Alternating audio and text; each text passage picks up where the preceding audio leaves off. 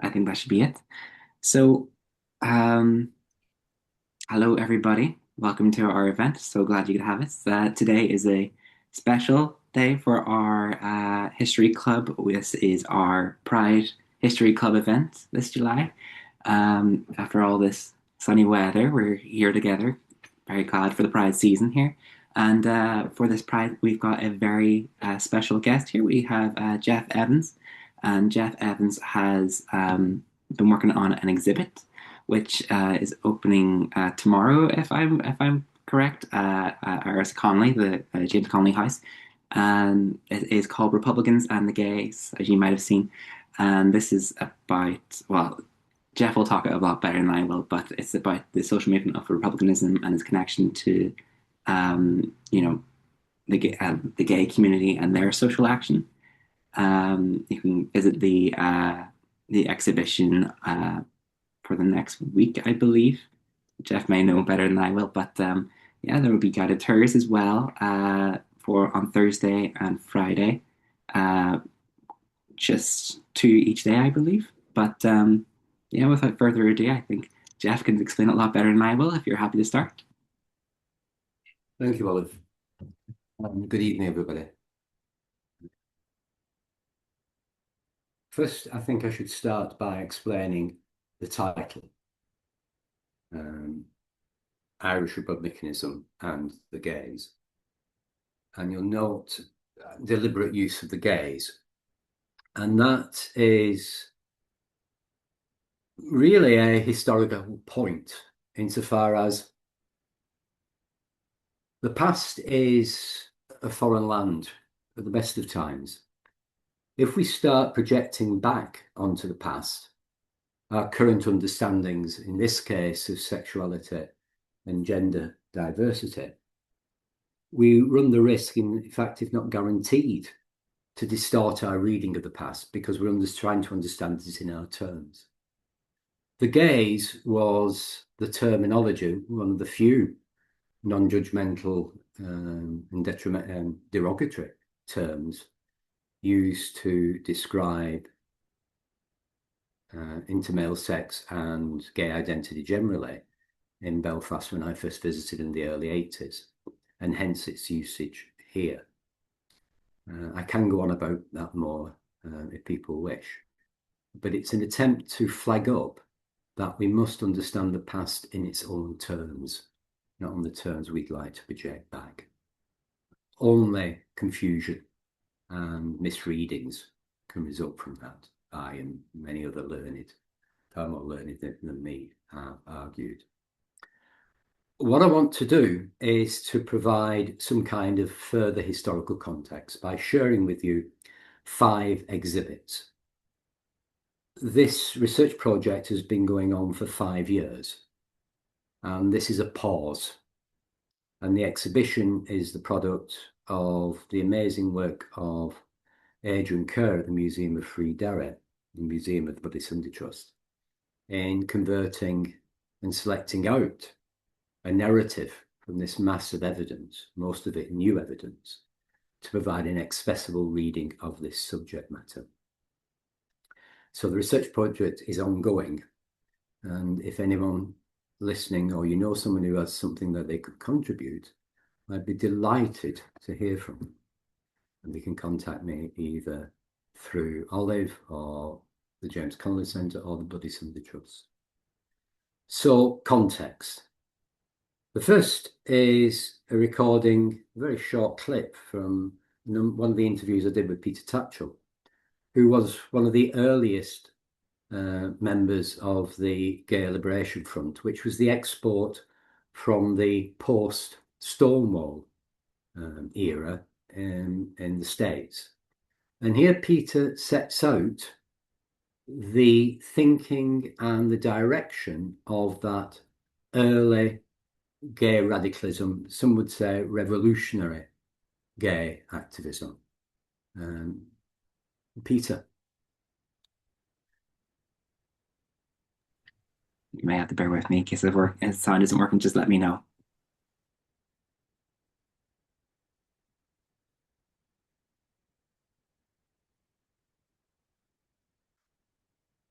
Sound, Olive? Bear with me, sorry. With no sound. Take your time.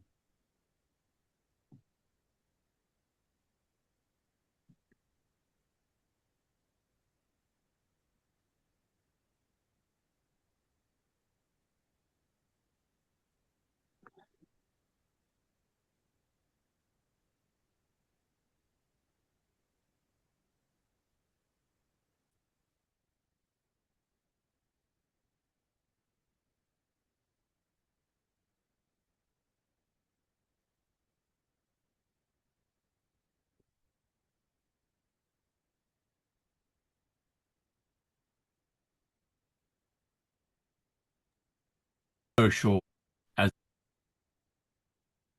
the Gay Liberation Front saw itself as part of the wider, broader social radical movement for fundamental change.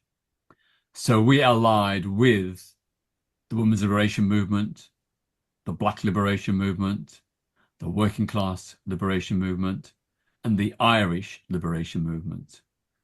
For us, we were part of a movement much bigger than the Gay Liberation Front to bring about fundamental social change. We were standing on the side of all oppressed people, of which LGBT plus people were just one part. At the time, of course, in the north of Ireland, there was a war going on between the British state and the Irish freedom movement. We in the Gay Liberation Front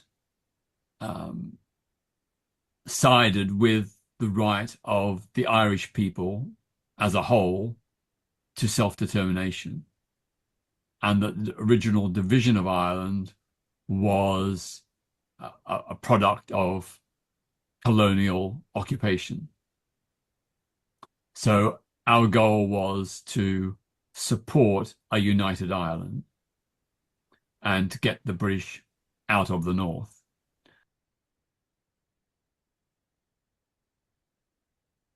Okay. So I think Peter gets over the revolutionary flavour of the pioneers of what today we would talk about the gay rights movement or the gay movement.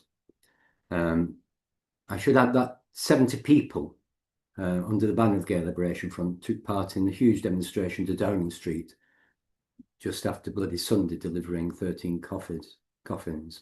But Peter stresses that not all members of the Gay Liberation Front were there, but 70 people, a significant delegation. The next piece of evidence I wish to share with you is just one of many I came across. I spent several months in Belfast Central Library newspaper collection, going through a number of newspapers for over a number of years, and collecting and getting a flavour of what kind of homophobic press there was, comparing it to my studies in the UK. And I came across this, which is both humorous, but it has a very deadly side to it. So Exhibit 2, please. And the title is Homosexuals Flood the New Gay Capital. A story that Derry is the new gay capital in the north, with all kind of lewd and salacious stories. And in quite graphic terms, talking about the abomination of gay relationships and how it's scandalizing the city of Derry. This was quite mild, but it does reflect to a certain extent the environment at the time, what people were reading and digesting on a daily basis, what were they being asked to believe. The more hair-raising articles include judges passing non-custodial sentences for the murder. I can't remember the lad's name, but a man was murdered. And the defence was it was gay panic. This lad had apparently made a move to kiss the driver of a car, and that in mitigation and therefore non-custodial sentence, he was let off. And that's the diet at the time, the newspapers at the time. And this is not even some of the coverage of Paisley's Save Ulster and Sodomy campaign. So again, what I'm trying to do is take us back to look at the environment and understand how vicious it was. Homophobia seems a mild term to describe some of it.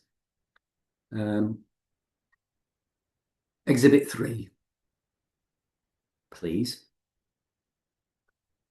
Now, this is Cahill and Martine, the two founders of Gays Against H Block Armagh, and they marched on the anti-H Block march in Cork in 1979 or 80. And what is remarkable, and it's only a small banner, is that many people I have interviewed, either leadership within the Republican movement or people just standing on the side, members of the community, these banners stuck out and they were welcome. This is a time when getting a gay banner on a trade union or Labour Party march in England was almost mission impossible. So this stands out quite at variance with the press coverage I've just hinted at already. Lesbian and Gays H Block Armagh became Lesbian and Gays Against Imperialism 3 years later. Exhibit 4. This is the poster of the play you might have heard of, which is The Queer Cayley and Martin Forsyth, written by Dominic Montague and staged and produced by Kibosh Theatre. And this is where the story really began, because this is when Sinn Féin in Belfast invited delegates from the first lesbian and gay student conference in Ireland held at Queen's in 1983 to a Cayley in Turf Lodge. And those who have seen the play may know some of the insights about it. But what was remarkable about this is 1983 is the constituent part of the Republican movement is reaching out and welcoming its first gay delegation to its community. And quite remarkable. This is the time when, and I compare, because England is my comparison, when Labour leaders wouldn't be seen for dust addressing a gay group for fear of all the press publicity they would get. So this really started this project. Things like this just don't happen. Any political activist would understand that. Any historian, this would jump out at them. And the final exhibit. And I use Women Against the Political Status Now and Strip Searching Armagh as an example of how complex the story is. So every Women's International Day in the 80s, there was a protest outside Army Prison, protesting the policy of strip searching women prisoners. And it was a watershed insofar as quite clearly a feminist issue, but constitutional liberal feminism by and large ignored it.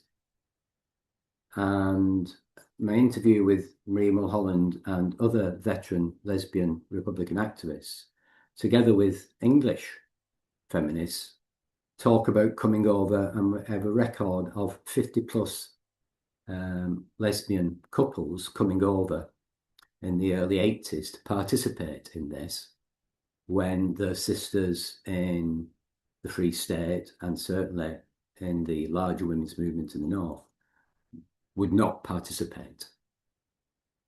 And it's examples like this that I find reassuring, because if you ever come across straight lines in history, you're being lied to.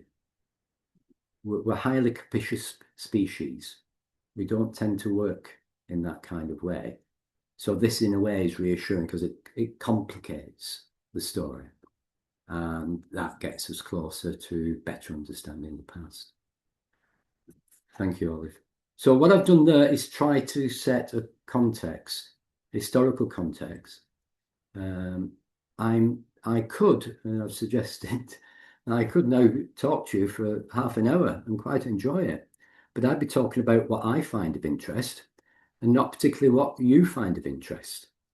So the idea is we open the floor out to yourselves to ask questions. So at least I'm trying to address your interests and your concerns in a more direct manner than me waffling on and maybe addressing or completely ignoring what you're interested in.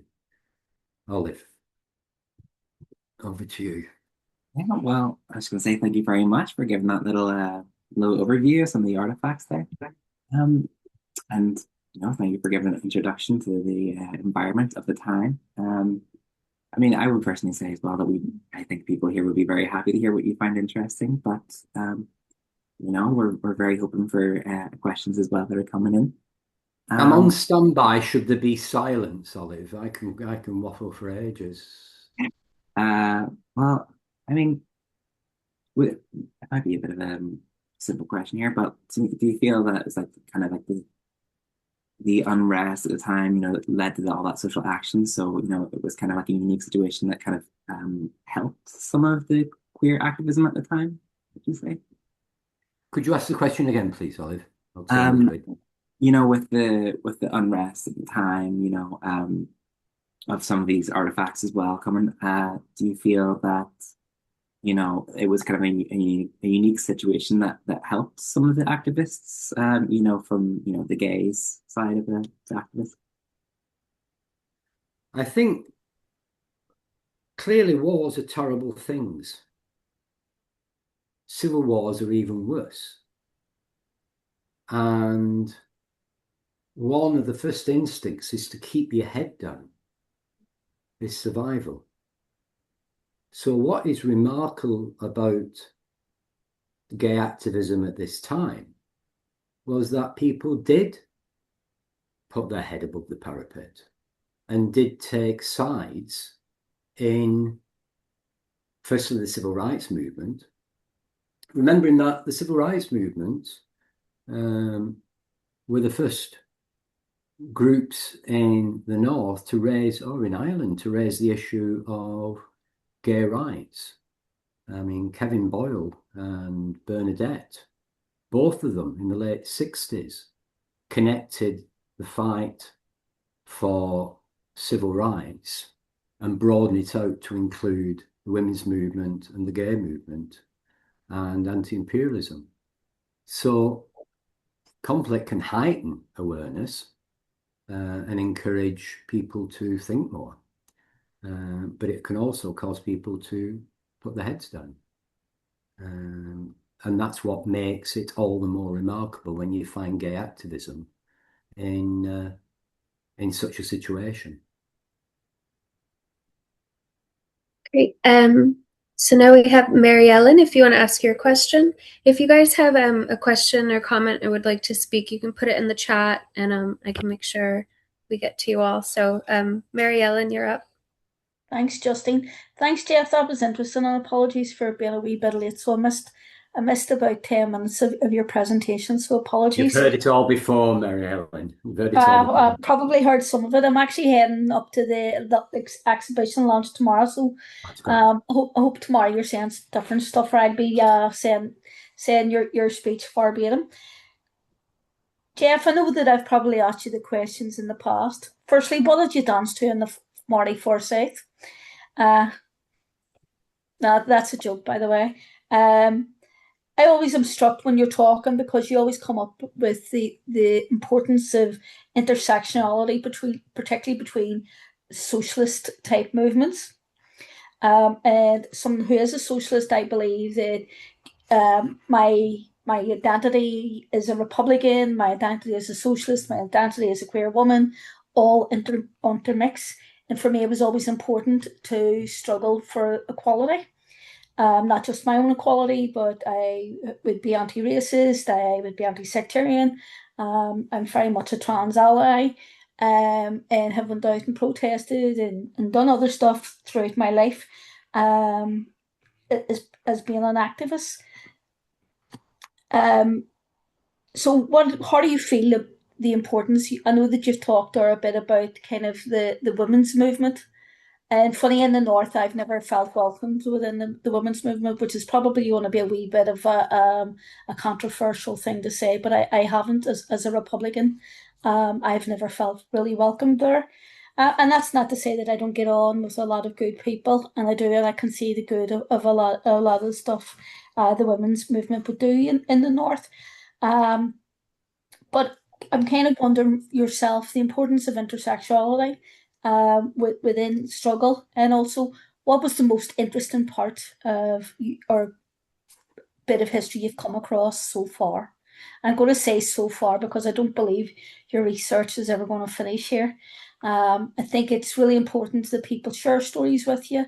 And as you know, I'm a great believer that if we don't tell our story, those who sought to oppress us will tell it from their perspective. And that goes across either as a Republican, as an Irish woman, or as somebody from the LGBT community. We all have a story to tell.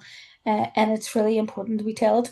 I know that I've probably talked to a lot of the people in this room over the last few years.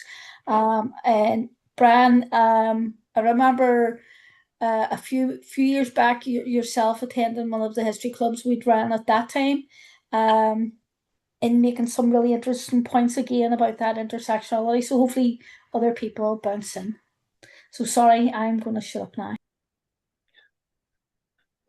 The intersectionality. I'm going to answer that in a roundabout way, because I only came across that term when I went back into the academy. And all these people talking about intersexuality and theorizing it. And I remember a discussion I had with Tulloch about this, and he laughed. He said, that's what I've been doing my whole life, but I've never given it a name. And the other example was Maureen Ellis. And when I interviewed her at her house, I asked her about when she'd met gay people. Oh, she said that they came over. They came over in the late 60s and 70s to support us, and we welcomed them. And we wanted to know about their campaign and what their human rights issues were. And I warmed to that kind of practical intersectionality, which is almost organic. Yes, we're in a terrible mess here. Yes, we're discriminated about. And I have no need to tell yourself about the institutionalized discrimination of the Northern state. But we want to hear about other people's. We want equality. We actually believe equality, not a selfish equality just for our community, but we want equality across the board. Now that is intersectionality in practice. That's there aren't sections, there's just one issue, which is human rights. And certain academic colleagues of mine have theorized it to death, but I'm much more comfortable with that kind of organic intersectionality, that you couldn't rip yourself or Tulloch in hand and say, this is his republicanism and this is his gayness. It is impossible. It is something organic. Just about what we danced to I don't remember what we danced to, but it's a good question, because what I do remember is this dozen gorgeous men coming over to us, asking us to dance with them. And it's the first time I danced in public with another man in a working men's club, which was the Marty Forsyth. And all I can remember, he was 6 foot and absolutely drop dead gorgeous. So it definitely wasn't Joe Austin then? Don't be horrible. You've asked me what struck me most. and it isn't a single thing. What struck me most in collecting, because obviously, and you may put your finger on it, historians can't write history unless we have archive. Can't conjure it out of there. I know people who call themselves historians who are not can write all kinds of myths, fill the gaps that we leave, the voids in the past, which is very, very dangerous because they're quite willing to write it. When I first started looking into gay history, the number of just fiction that has filled the gaps, or the silent, deafening silences. What struck me, returning to my point, was the trust people afforded me in gifting me their testimonies of sometimes quite horrific periods in their life, and their courage in sharing that evidence with me, and their keenness to share it. I would say that's what struck me most, and still makes me feel very grateful and honoured today. Thanks so much. Next up we have Claire, and then after that will be Brian.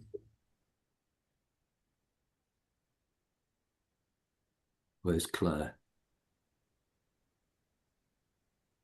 You have to unmute. Yeah, I was trying to figure that out. Sorry, no, I was just going to say I actually went to that event, that Queer Ceilidh. I really enjoyed it. I thought it was brilliant. And actually, as far as I know, I think that venue's been knocked down. It half burnt down. Yes, that's right, Claire. Yeah. That's all I wanted to say. Okay. I'd be keen to interview you of your memories of that night, Claire, if you're available. Okay, no problem. Thank you. Thanks so much. Brian, you're up. Hello. I don't know if you can you hear me, and I don't know if you can see me or not. Something's coming out about video, but anyway, you're coming in loud and clear from Donegal. I went to the same school as Ian Paisley. I've no problem projecting my voice. Anyway, I just want to start off by congratulating Jeff on, because really an awful lot of this in research and putting stuff together wouldn't have happened without you, Jeff. You've kind of prodded us all, and so congratulations on that. There's a couple of things, though. You and I have talked about this before. There's a couple of things that, at least we have points of difference.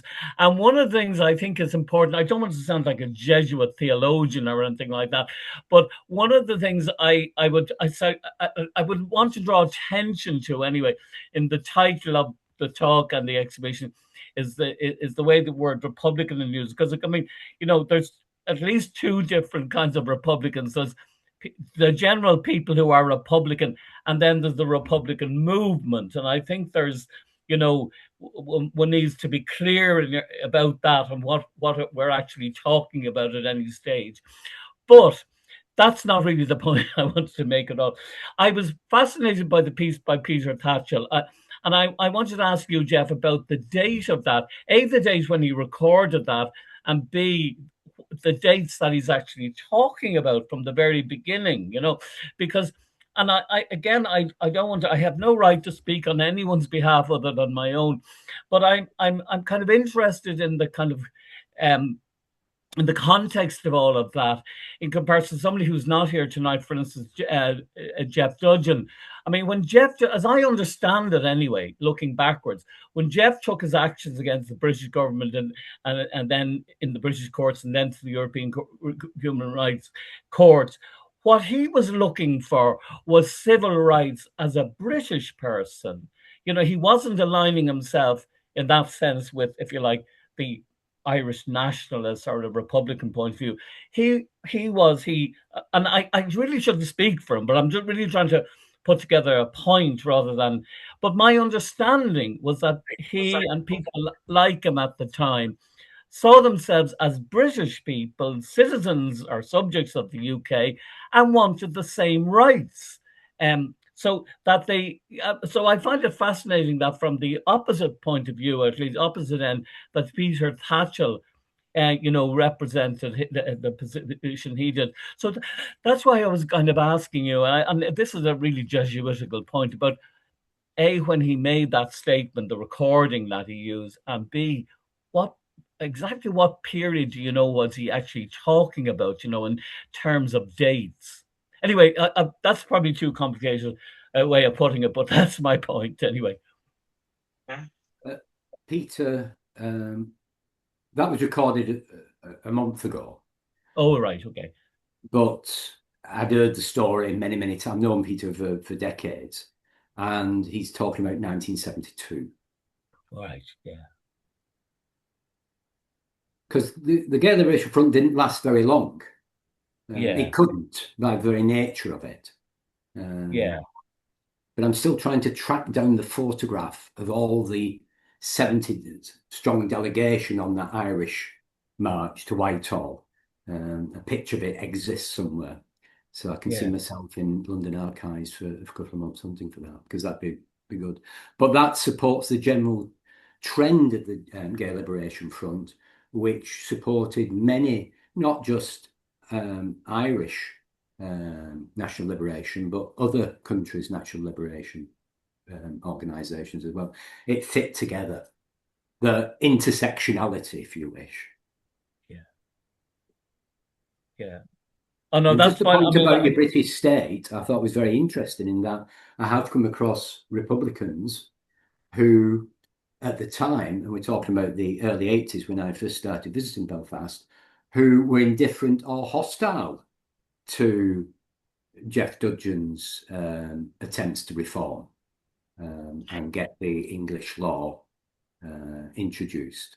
But I have to say, most of Tulloch, obviously the gay activists in Belfast, in the north generally, and the leadership, especially those in Sinn Féin, were grudgingly encouraging or just openly encouraging, hoping that he'd succeed. But you're right, quite right. If you come across, I've no need to tell you, if you come across straight lines and binaries in history, whoa, there's someone's telling me a porky here. So I find that dissidence really, really helpful and reassuring. But the fact that there are those differences and those the absence of straight line, it's very interesting to know the kind of at what point things began to join up or things began to separate. That's, I think, I mean, my understanding of even the general civil rights movement, never mind the gay rights civil rights, but the general civil rights movement in the the late 60s in the north, that was seeking British rights in Northern Ireland. It was a non-nationalist movement, and that it was seeking, and that the sort of, and I feel guilty about even trying to represent Jeff Dudgeon's point of view, because I don't know exactly. I've never spoken to him about it, but my understanding was that was what they were after. It was British rights in Northern Ireland, rather than, if you like, the more general. I think that's quite right. I would recommend the biography of Kevin Boyle, Landon, right, one of his, which sets that very, very clearly.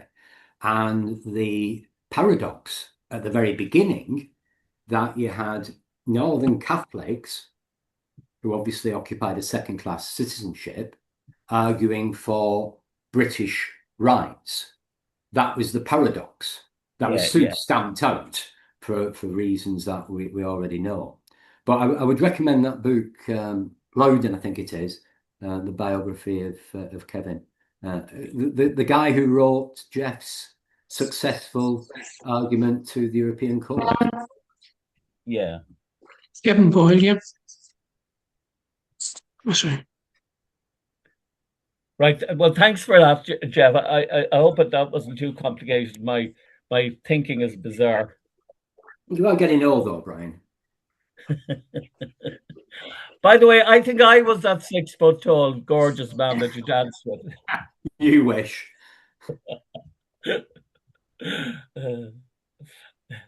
Okay, Olive. Next.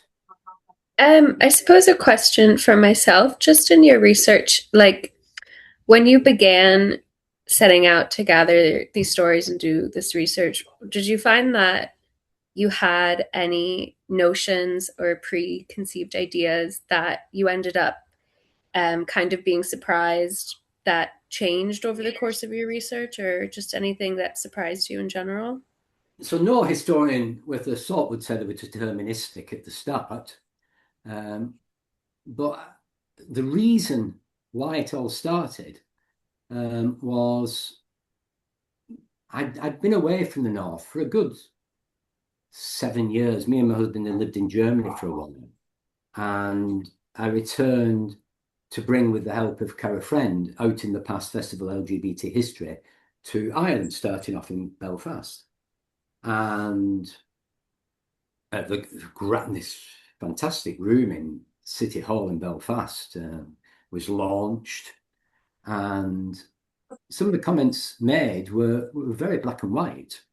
That we're the good guys and the IRA were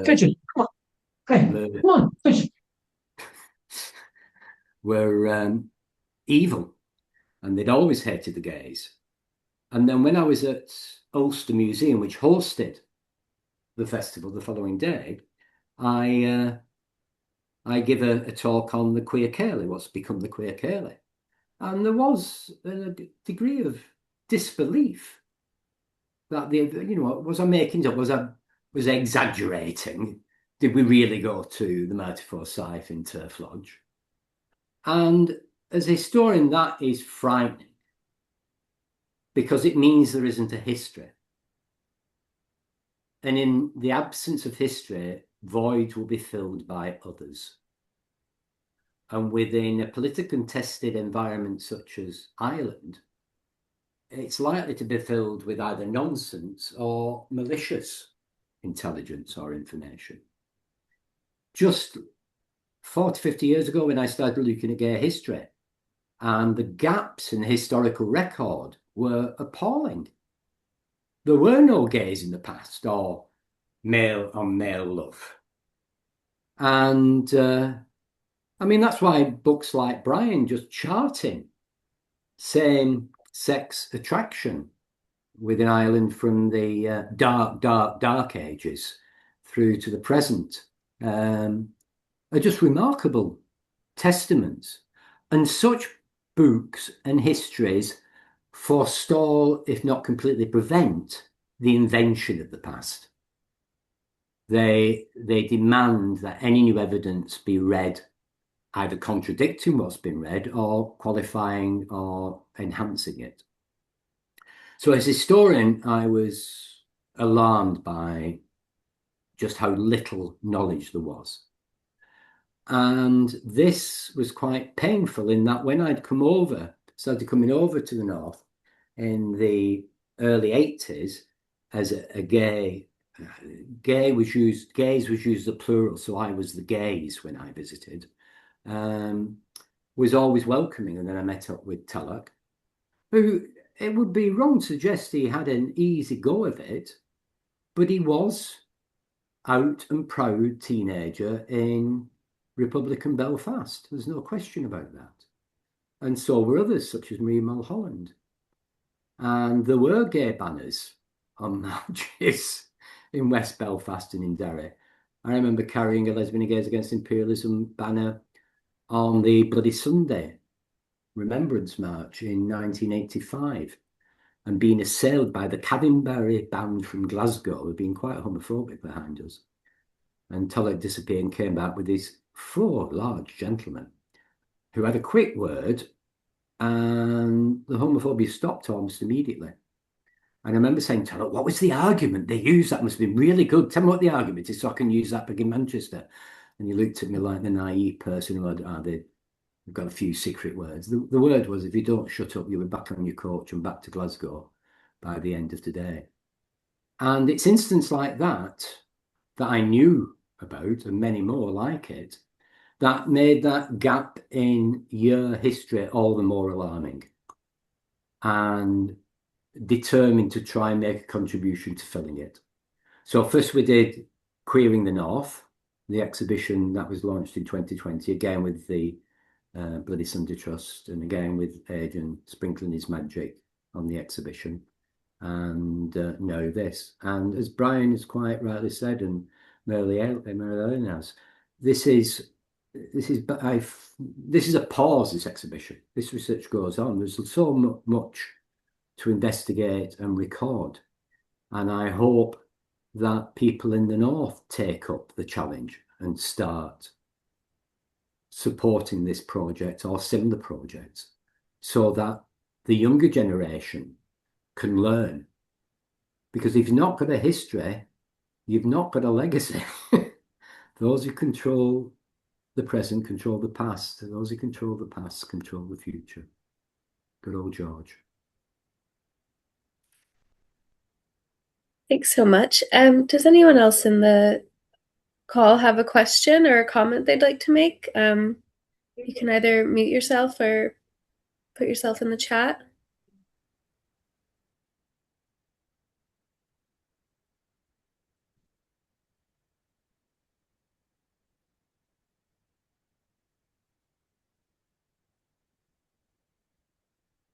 Go ahead, Pod. I'll ask in a minute. There's just something going on downstairs. Don't want everybody here. No bother.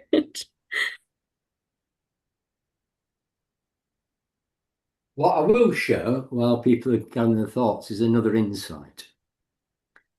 And it's really how successful was the regime to keep people ignorant about sex and sexuality. Now, Brian Lacey predates this to the famine era and the controlling of family sizes. And is it Lee's, Brian, who did the report? Joe Lee. Yeah. Great Cork historian, worked mainly in New York. Incredible insights into the significant increase in mental illness when the Irish society started controlling sexuality and marriage, etc., etc. One of the only countries in Western Europe to have a declining birth rate. But some of the largest families in Europe, the paradox. Yeah. Largest families in Europe with a declining population. So I had Lee's work in mind and Brian's comments on this when I was interviewing people in Derry and Belfast, people who are now in the late 80s, early 90s. And what shocked me was how near complete the censorship of discussion. That is, no vocabulary with which to accurately describe sex or sexuality, or even anatomy. I remember Mary Ellis again talking about her complete ignorance about even anatomy, let alone about sex and sexuality. That it wasn't until a wedding night that she found out men had penises. Now, we can smile at that, but reflect on that. That is frightening level of control, where you've managed to prevent even understanding a basic anatomy. The next one was about menstruation. The number of women as girls entering pubescence were not forewarned about menstruation at all. I have a number of testimonies of young girls running home to their mothers thinking they were seriously ill, or one thought they were dying because of the release of blood. And it being treated in the utmost secrecy and taboo. Don't tell your brothers or your dad about this. Don't mention this kind of thing. So that begs a few questions. If there's no discussion about basic anatomy, if there's no discussion about even menstruation, what chance is the discussion about your sexual desires? What makes you happy, who you love? Regardless of your sexual orientation. And a number of people have very courageously given their insights about just their sex lives, not in intimate detail, but enough to get the idea that this was not the healthiest of environments. I remember a quote, and I can't remember immediately the person who gave me the evidence. In a street of 15 houses, there were over 100 children. The reduction of women to simply baby making machines, to sexuality being reduced to reproduction, to me and my generation and subsequent generation is shocking.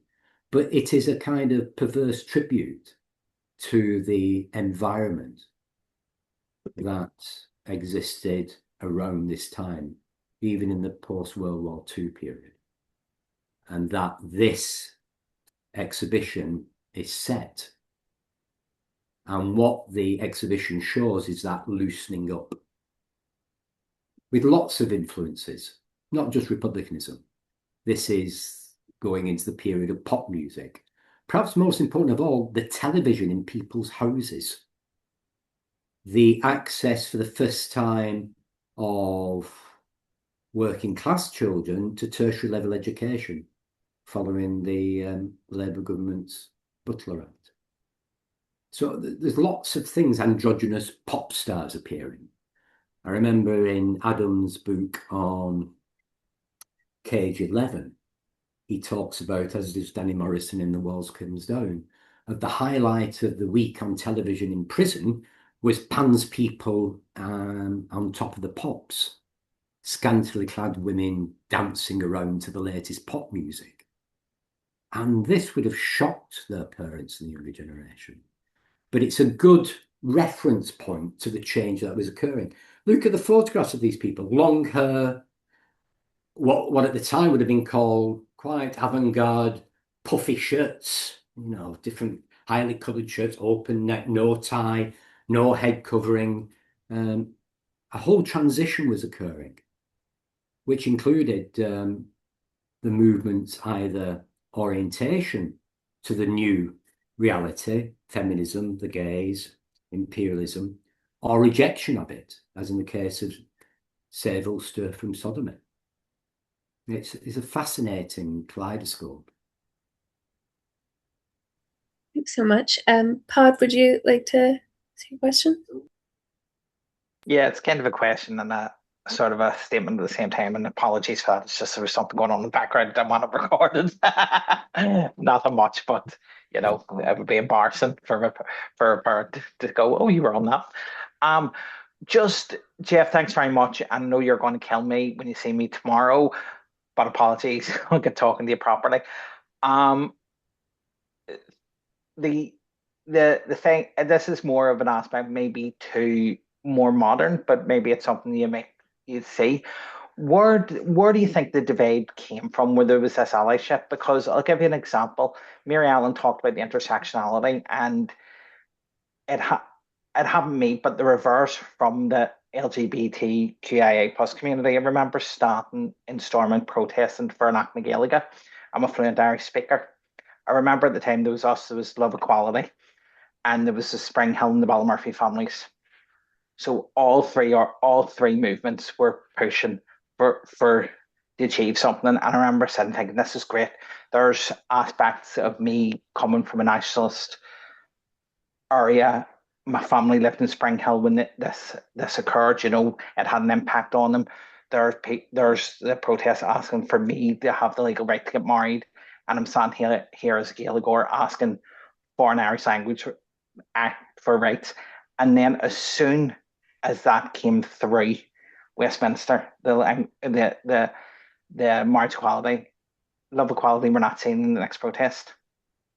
And it was one of the most hurtful things that was done to me, because one aspect of me that makes me a person decided it no longer wanted to stand with other ones, with other minorities. It was like, all the LGBTQIA plus people and kids that are coming up that have Irish language frigates, we've got marriage. You know, we have one particular right and we have all the rights as English speakers, but say you as Irish speakers, none. So I'm just saying, do you think there's a rift? Or am I imagining it? Or do you think there's some kind of tension? Or, you know, just from an outside perspective looking in, more so because sometimes we are too internalized. I hope that makes sense. And it's not only in Ireland. So I have real problems with the idea of the LGBT community. I use it every now and again, but in substance, I remember when we first set up Lesbian and Gay Support the Minors, and the number of people outside of gay bars collecting money, and the number we just face abuse at times, or, you know, piss off. So we have to take on board that most people want a quiet life, keep their heads down. It's human nature. I wish it wasn't. Whereas there are others who understand that divided they're ill, united we stand. And you've got to recognise that there is a liberal gay movement and a radical gay movement. And the radical gay movement tries to be inclusive, tries to find allies. And in numbers, you need to. I'm a lifelong trade unionist. We only win when we're together. I'm sorry. They can pick us off.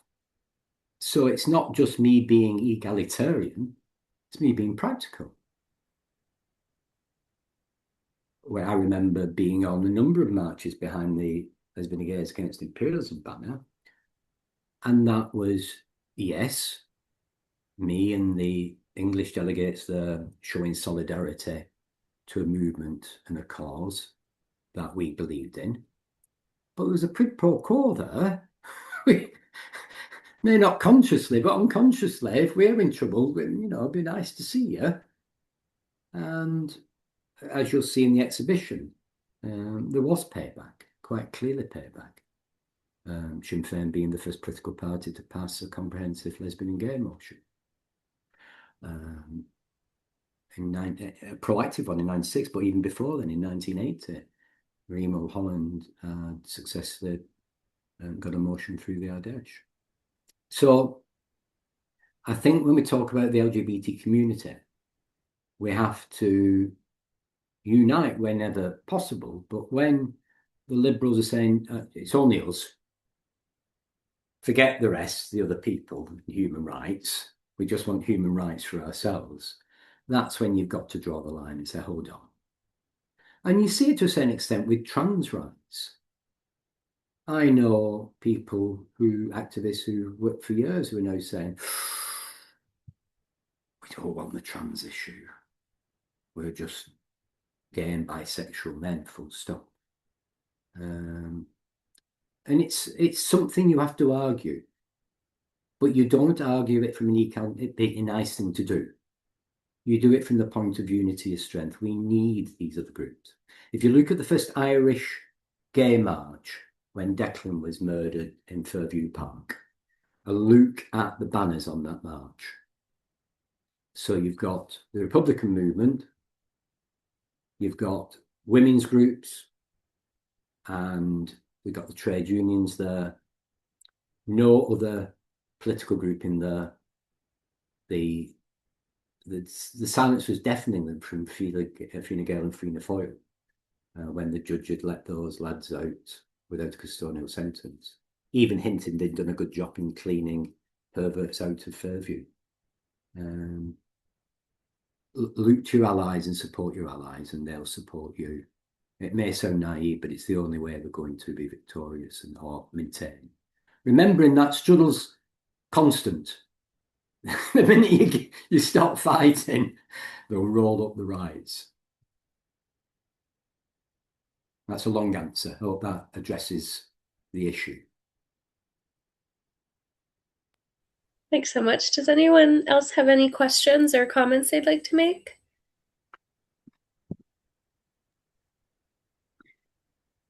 We wait a wee bit, maybe like 10 seconds or so, we can pause the recording, just in case anybody wants to ask a question off the record, I suppose. Yeah.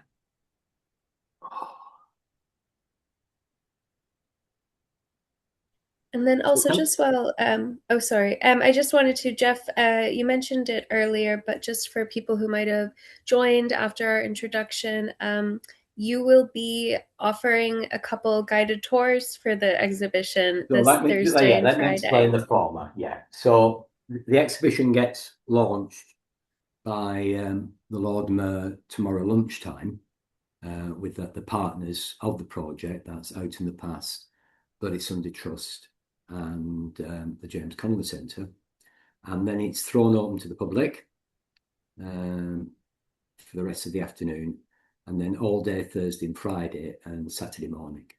It then goes to Derry, where it'll be launched again, a civic launch in the Guildhall on the 6th, and then it will be on display at the Museum of Free Derry, but probably other venues because it's been made available to Derry Theatre, of which the exhibition is part, so venues might change a little bit. As far as the Belfast, I've signed up to give 4 guided tours of the exhibition at 10:30 on Thursday and Friday and 2 o'clock Thursday and Friday in the afternoon. Places are limited to 8, and it will last about 40 minutes. There'll be plenty of time to ask questions about the various parts of the exhibition, and more importantly, what's not there. Because just remember, what you're seeing is about 1% of what's been collected, and that makes what Adrian's done all the more remarkable, to pick out and create a narrative, an accessible narrative of the data is remarkable. And we just got a question in the chat, just for the full name of the exhibition and where it is in Belfast again. So the full name of the exhibition is Irish Republicanism and The Gays, Cherishing the Children of Our Nation. And it's at the James Connolly Centre, Aris.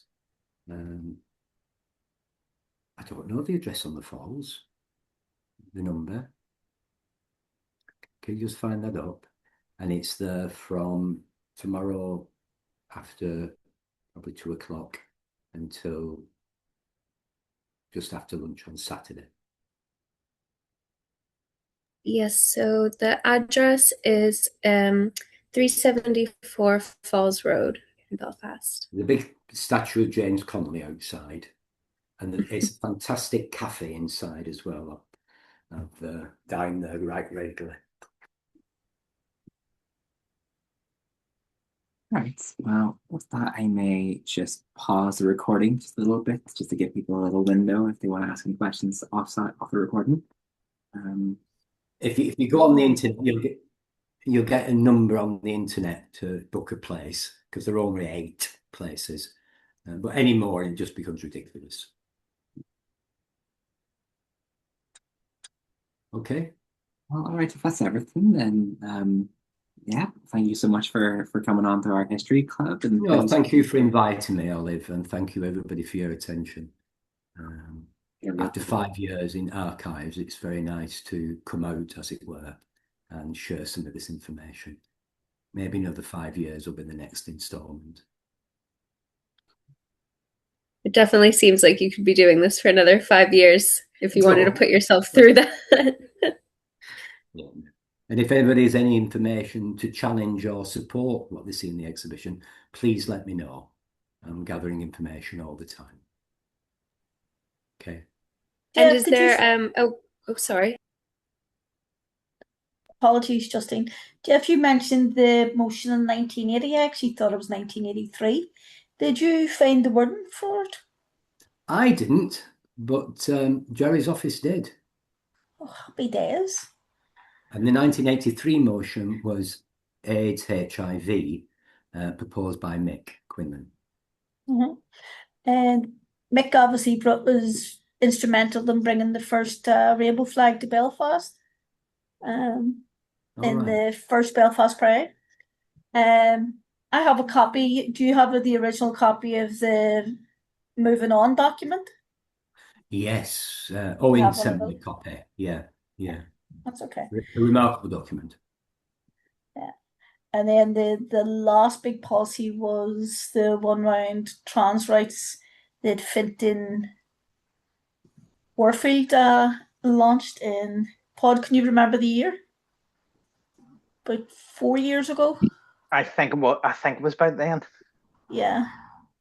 I have to double It's out of my time period, but I'd still be interested in a copy. Okay. Okay. If anyone did want to get in touch with you to, share their stories, their information, is there a preferred way that they can do that? Well, could they write to you and then forward it to me? My Yeah, inbox absolutely. is like slaughtered every morning, so I can imagine. Yeah. Yeah, absolutely. Anyone's happy to send us an email or reach out to us on our socials if you'd like, and we can put you in touch. Would be happy to do so. Any testimony is treated with the utmost confidence, and anything that's ever used, the person's evidence is checked with them if it's all right to use in a history or an exhibition beforehand. There's no problem, or completely anonymous. Okay. Thank you again, everybody, and thank you for inviting me. Thank you so much. This was Thank wonderful. you. Thanks. Cheers. Bye, everyone. Thank you so much for joining. Bye.